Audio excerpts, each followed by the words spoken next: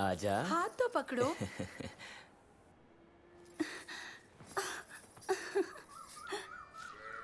भैया, मेरी पत्नी ने एक बच्चे को जन्म दिया है। बच्चा पैदा हुए 4 दिन बीत चुके हैं। इस प्रसंग का उत्सव नहीं मना सके। इस बात का बुरा मत मानना। आगे नहीं बढ़ना, टांगे तोड़ दूंगा।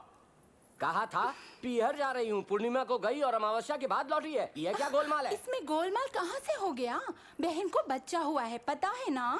मेरी माँ चूंकि बूढ़ी है, इसीलिए उन्होंने मुझे रोक लिया, तो ये गोलमाल हो गया। इसमें छिपी है वो बुराई। बहन थी गर्भवती, लेकिन तू जीजा की बाहों में रातें बिता रही थी। मैं इस बारे में सब जान चुका हूँ। सुना, सर पर कितना भारी दोष मढ़ा है पति ने। सौगंध ले लो, सौगंध ले लो, चाहे अपनी अम्मा की भी। ऐसा कुछ नहीं था, निर्दोष हूँ, सच कह रही हूँ। अम्मा के अरे दूध बेटा की टिप्पू, पत्नी तेरी अग्नि के समान पवित्र है। हाथ पैर टूटेंगे, तू निंदा ना कर। अरे पागल, इतना बड़ा दोष लगाया तूने? टिप्पा, मत दोष लगा पत्नी के सब ऊपर। चुप हो जाए, सब चुप हो जाए। ये तो इसी योग्य है, इसकी ओर से ही ऐसी पहल हुई होगी, ये पता है मुझे। मुझसे बोली पीहर से कल ही लौट आऊंगी, लेकिन लौटी 15 दिनों बाद। 1-2 दिन भी नहीं, 15 दिन बिताए वहाँ आमोद प्रमोद में। कैसे स्वीकार कर सकता हूँ मैं इसे? सोच समझ के बोलो, क्यों इस हरे भरे दाम्पत्य जीवन में कांटे बो रहे हो? चाहो तो राम प्रभु की सभा में चलो, सद्गुण प्रभु इसका कोई ना कोई समाधान अवश्य बताएंगे। ना ही राम और ना ही उसके न्याय का भरोसा है। जो स्वयं दोषी है उससे कैसी अपेक्षा? निंदा करेगा तो मर जाएगा। भस्म तू अभी के अभी यहीं पर हो क्यों जाएगा। ऐसे क्यों भस्म हो जाऊंगा? धरती पर महान केवल वही है क्या? साधारण व्यक्ति है जिसकी पत्नी पूरे 1 वर्ष पर पुरुष के यहाँ व्यतीत करके लौटी है। इस पर भी राम ने प्रसन्नता पूर्वक अपना लिया उसे। क्षमा योग्य भी नहीं है, तू मेरा पुत्र नहीं। भला ऐसे क्यों मार रहे हो मुझे? तुम सटिया गए हो।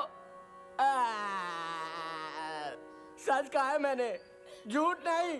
क्या राम ने उस सीता को नहीं अपनाया जो पर पुरुष क्या 1 वर्ष सही और फिर लौट के उसके पास आ गई? क्या उत्तर है? क्या उत्तर है इस बात का? क्या पति पत्नी बनकर जीवन नहीं बिता रहे? बोलिए, बोलिए ना। आज पति पत्नी बनकर रह रहे हैं ना। एक पर पुरुष के यहाँ पूरा वर्ष बिताकर लौटी है उसकी पत्नी, और उसे अपना भी लिया उस निर्लज राम ने। किंतु मैं ऐसा नहीं करूंगा। मैं नहीं अपनाऊंगा अपनी भार्या को। प्रभु, वो धोबी वहां पर एक मदरा पान किए हुए पुरुष के समान प्रणाम कर रहा था। गंभीरता पूर्वक आप इस बात को न ले प्रभु। मैंने जो सुना और देखा वही बताया, चूंकि जोर देकर पूछा जो था आपने प्रभु।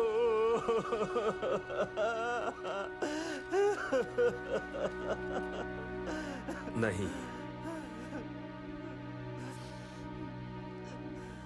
भद्र, ये सब कुछ तुमने स्वयं सुना है तथा देखा है।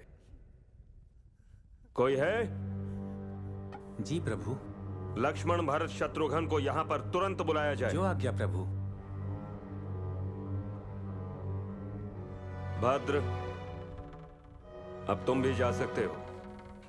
प्रभु, ये राजा की आज्ञा है कि इस विषय पर बोलोगे नहीं। अब जाओ, मैंने कहा जाओ।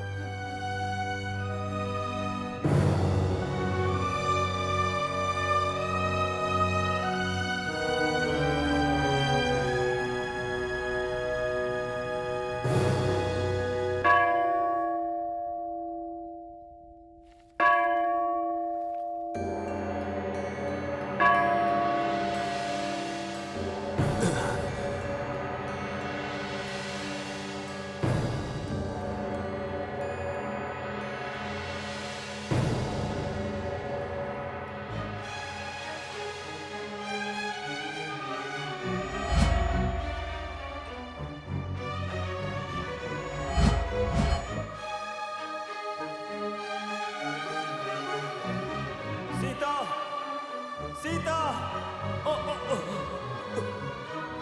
ये साम्राज्य छोड़ दूंगा, ये मुकुट छोड़ दूंगा, ये साम्राज्य छोड़ दूंगा। सीता, सीता, ले लो ये मुकुट मुझसे। सीता, प्रभु, सीता, प्रभु, सीते, प्रभु, सीते, प्रभु। सीते, सीते।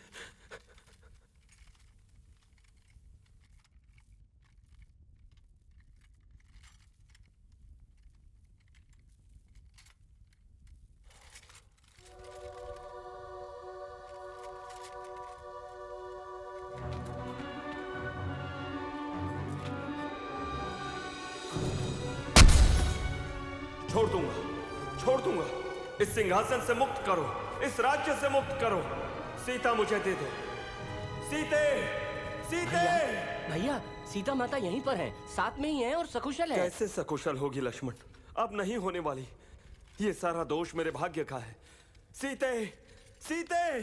कोई भयानक भ्रांति है जो आपकी दुविधा का कारण बनी हुई है। नहीं, ये कोई भ्रांति नहीं, परंतु नियति का खेल तो है।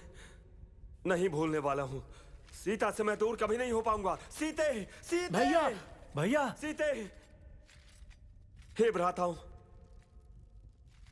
दोनों में से एक कोई सिंहासन का भार अपने कंधों पर ले लो। ऐसा हो जाएगा तो मुझे मुक्ति मिलेगी इस कारागार से।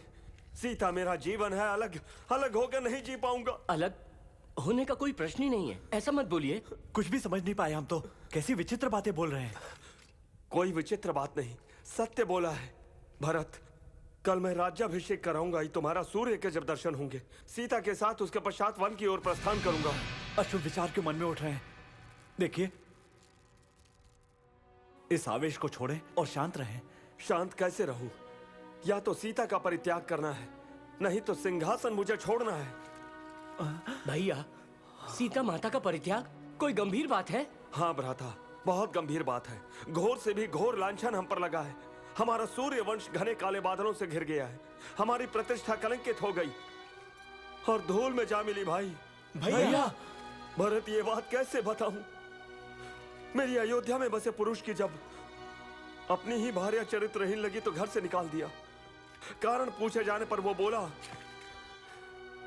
कि मैं इतना मूर्ख नहीं कि एक भ्रष्ट नारी को अपनाऊं, जैसा कि राम ने अपनी भार्या सीता को अपनाया, जो कि पूरा वर्ष रावण के यहां बिता चुकी थी।